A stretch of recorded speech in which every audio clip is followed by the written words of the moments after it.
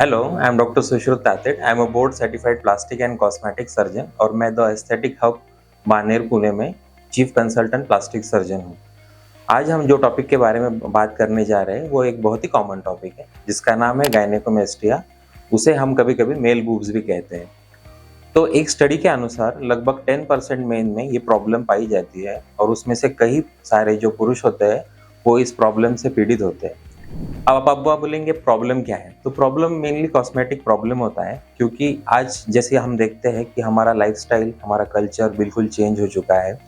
आप लोग swimming pool में स्विमिंग करना पसंद करते हैं, टाइट टी-शर्ट पहनना पसंद करते हैं, बट ये प्रॉब्लम की वजह से आप लोग ये चीज़ें नहीं कर पाते और इसीलिए पेशेंट इससे परेशान होते हैं। तो अब सबसे पहला बात ये आता है कि ये गायनेकोमेस्टिया होता क्यों है? उसके लिए आपको बॉडी का हार्मोनल सिस्टम समझना होगा। गायनेकोमेस्टिया ये मेनली हार्मोनल इम्बैलेंस की वजह से होता है।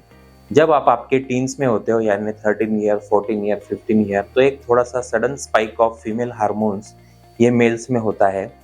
वो जो कुछ टाइम के बाद वो हार्मोन्स कम हो जाते हैं, बट वो जाते-जाते आपको गायनेकोमेस्टिया का प्रॉब्लम दे जाते हैं। कुछ-कुछ पेशेंट्स जो हमारे जिम जाते हैं, रेगुलरली जिम करते हैं, वो मिसगाइड हो जाते हैं और वो स्टेरॉइड लेने लगते हैं। तो स्टेरॉइड की वजह से भी कभी-कभी गायनेकोमेस्टिया हो सकता है। तो ये थे गायनेकोमेस्टिया के कारण।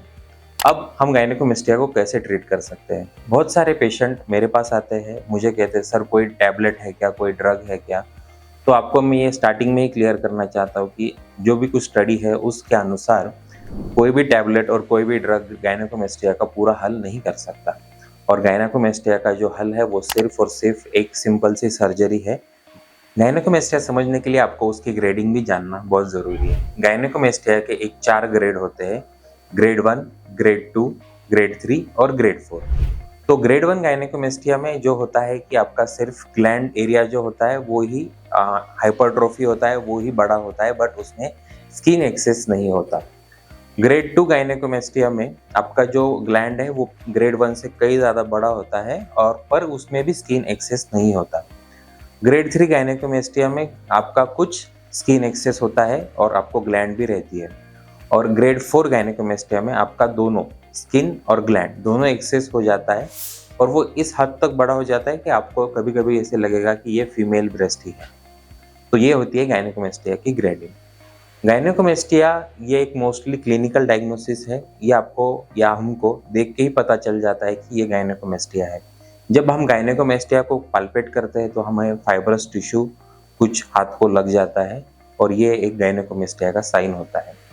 इसके बावजूद आप कुछ टेस्ट भी करवा सकते हैं, जैसे कि सोनोग्राफी। सोनोग्राफी में आपको ये पता चल जाएगा कि आपको गायनेकोमेस्टिया है या नहीं।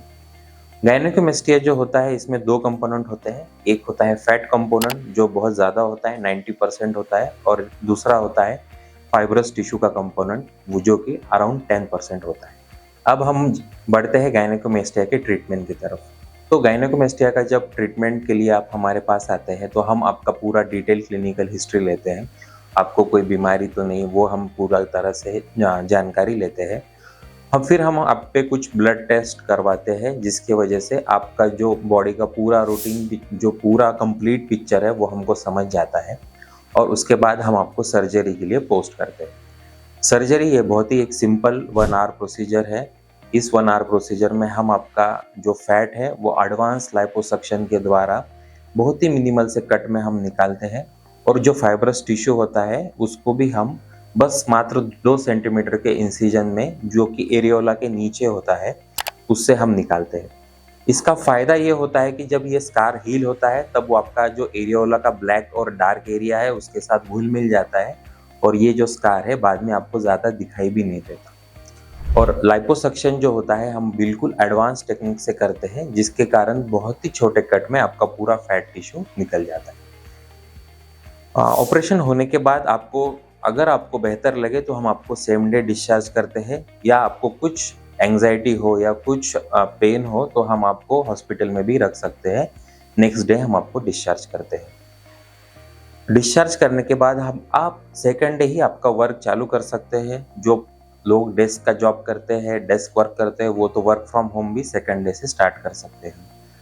कार्डियो एक्सरसाइजेस आप 4 to 5 डेज के बाद आप स्टार्ट कर सकते हैं और आपका जिम अगर होगा तो आप वो 3 हफ्ते यानी 21 डेज के बाद चालू कर सकते हैं।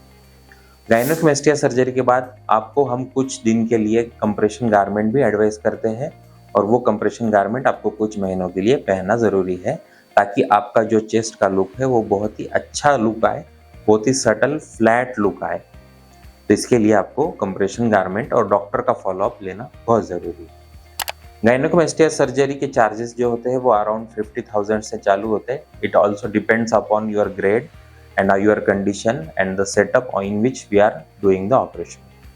गायनेकोमेस्टिया ये सर्जरी प्लास्टिक सर्जन से ही करवाना बहुत ज़रूरी है क्योंकि प्लास्टिक सर्जन को ही एडवांस लाइपोसक्शन और चेस्ट के एनाटॉमी इसके बारे में बहुत इन डेप्थ नॉलेज होता है, इसलिए प्लास्टिक सर्जन ही इस सर्जरी को अच्छी तरह से परफॉर्म कर सकते हैं।